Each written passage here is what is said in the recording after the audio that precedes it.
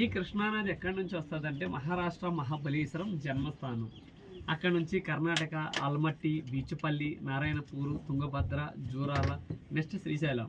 ఈ గేట్లు ఓపెన్ చేస్తే నాగార్జున సాగర్ ఓపెన్ చేస్తే విజయవాడ ఓపెన్ చేస్తే సముద్రంలో కలుస్తుంది. సముద్రంలో ఎక్కడ కలుస్తుంది అంటే కృష్ణా డిస్టిక్ అనే అంశలదీవిలో ఒక బంగాళాఖాతంలో కలుస్తుంది. ఇదే డ్యామ్. ఈ డ్యామ్ ఒరిజినల్ నేమ్ వచ్చి నీలం సంజీవ్ రెడ్డి సాగర్.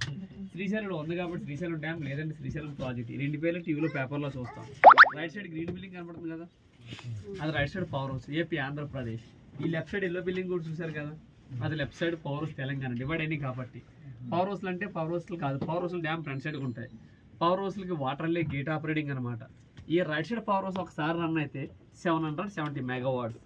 ఈ లెఫ్ట్ సైడ్ వచ్చి 900. ఇంతకుముందు పవర్ ప్లాంట్లు కాలిపోయి గుర్తుంది కదా, ఈ లెఫ్ట్ సైడ్ది.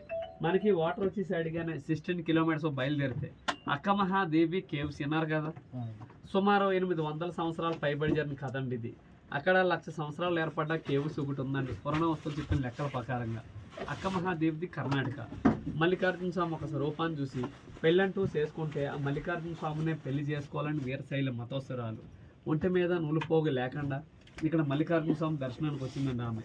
ఆమె కొన్ని అననీయ కారణాల వల్ల వస్త్రాలు వదిలేయడం అనేది ఆమె తల ఎంటికలే వస్త్రాలుగా ఏర్పరచుకుంది. ఆమె పేరు మహాదేవి.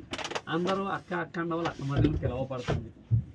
అక్క మహాదేవి ఇక్కడ మల్లికార్జున స్వామి దర్శించి 1,00,000 సంవత్సరాలు ఏర్పడ్డ కేవ్స్ లోపలికి దాదాపు 12 సంవత్సరాలు తప్ప చేసింది. ఆమె తపస్సు ప్రతిరూపంగా శ్రీ బ్రహ్మరాంబ మల్లికార్జున స్వామి ప్రత్యక్షమై ఒక స్వయంభూ శివలింగాన్ని నిలిపించారు కేవ్స్ లోపల. మన శ్రీశైలంలో ఉన్నది జ్యోతిర్లింగం అంటాం, అదేమో స్వయంభులింగం. మన శ్రీశైలంలో లింగానికి 1000 రూపాయలు పెట్టి మహాభిషేకాలు చేస్తుంటాం, లేదంటే పూజారులు చేస్తారు. ఆ కేవ్స్ లోపల ఉన్న లింగానికి న్యాచురల్గా అభిషేకం జరుగుతూనే ఉంటుంది.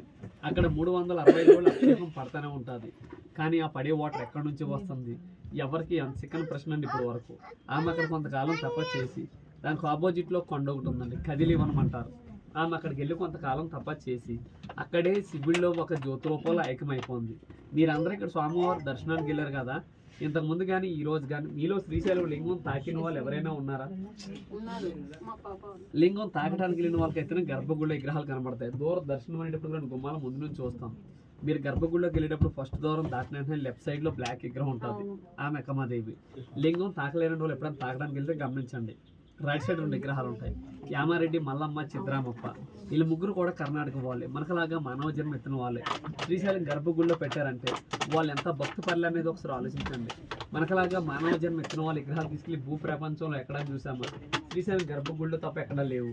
మనకి ఈ ప్లేస్ వరకే పాతాళగంగ అంటాం. పాతాళగంగని ఎందుకంటామంటే కాశీ నుంచి గంగా నది అంతర్వాయంగా భూగర్భ జలాల కింద వచ్చిందంటారు. అందువల్ల ఈ ప్లేస్కి అంత పవిత్రత, ప్రత్యేకత. నది వచ్చి కృష్ణానది, ఫారెస్ట్ వచ్చి నల్లమల ఫారెస్ట్. డ్యామ్ స్టోరేజ్ వచ్చి 885 ఫీట్స్ అండ్ చెట్ల మొదల వరకు. ఇప్పుడు నార్మల్ చూసుకుంటే 881 ఫీట్ ఉంది, అంటే 4 ఫీటే డౌన్ అన్నమాట. ఇదే బాబు చెప్తే అర్థం కావట్లే.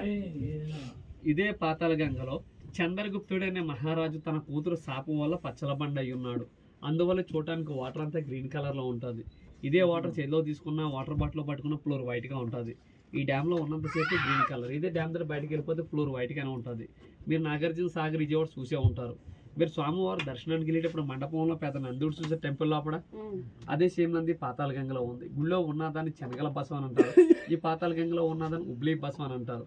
ఈ పాతాళగంగలో స్నానం చేసిన, తలపై నీళ్ళు జలుకున్నా చేసిన పాపాలు పోతాయని చరిత్రలు ఉన్నాయి. ఐషు మన అందరికీ తెలుసున్నది. మనం శ్రీశైలం వస్తాం, ఎన్నో 100,000 ఖర్చు పెట్టుకుని శ్రీశైలం వస్తాం. స్వామివారు దర్శనం చేసుకుంటాం, లడ్డు ప్రసాదాలు, స్నానాలు, వీలుగా ఉంటే ఇట్లా బోటింగ్ చేసుకుంటాం, వెళ్ళిపోతుంటాం. మనం శ్రీశైలం వచ్చినందుకు ఎంత ఖర్చు పెట్టుకుని వచ్చినా అందువేలో సాక్షి గణపతి గుడి ఒకటి ఉంది. కంపల్సరీ శ్రీశైలం వచ్చేటప్పుడు అయితే కానీ వెళ్ళేటప్పుడు అయితే కానీ మన గోత్రనామా చెప్పకుండా స్వామివారిని దర్శించుకోవాలంటండి. ఎందుకంటారేమో కైలాసంలో తన తండ్రి ఎదురుగుండా శివుడి ఎదురుగుండా సాక్ష్యం పలుకుతాడనమాట. ఎవరెవరు శ్రీశైలం వచ్చారు, ఎవరెవరు శ్రీశైలం రాలేదనేది. త్రేతాయుగంలోని శ్రీరామచంద్ర ప్రభు ఈ స్వామివారిని దర్శించి ఆ సాక్షి గణపతిని సందర్శించినట్టు చరిత్రలు ఉన్నాయి. అందువల్ల సాక్షి గణపతిని పిలువబడుతుంది.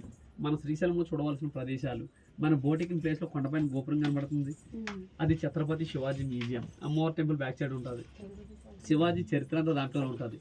దాని కిలోమీటర్ దూరంలో యామారెడ్డి, మల్లమ్మ, కన్నీరు ఆశ్రమం ఉంటుంది. చెక్ పోస్ట్ దాటిన తర్వాత సాక్షి గణపతి, పాలదార, పంచదార, అటికేశ్వరం, శిఖరేశ్వరం.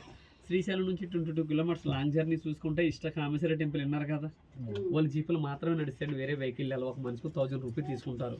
శిఖరం కానీ 2 కిలోమీటర్లు ముందుకెళ్తే లెఫ్ట్ సైడ్లో ఉంటుంది దారది. మన భారతదేశం మీద ఎక్కడ లేదంటే ఇష్టకామేశ్వర టెంపుల్ ఓన్లీ శ్రీశైలం ఒకచోట ఉంది. అక్కడ ఇష్యూ ఏంటంటే మన నుదుటికి బొట్టు పెట్టుకుంటే మన నుదుటి స్పర్శ ఎంత మెత్తగా తగులుతుందో అమ్మవారి విగ్రహానికి రాతికి బొట్టు పెడితే అంతే మెత్తగా తగులుతుంది. ఒక రాతికి మనకలాగా స్పర్శ తగులుతుందంటే ఎంత పవిత్రమైన ప్లేస్ అనేది ఒకసారి ఆలోచించండి. ఇక్కడ విషయాలు అయితే ఇయ్యానండి. నేనైతే గైడ్ని అయితే కాదు, బోట్ డ్రైవర్ని. ఏదో జీతాలు తక్కువ వాళ్ళ గైడింగ్ చెప్పుకుంటున్నాం. మా గైడింగ్ మీకు నచ్చితే మీరు సంతోషంగా ఏమైనా ట్రిప్ ఇస్తే తీసుకుంటాం. Okay sir, thank you.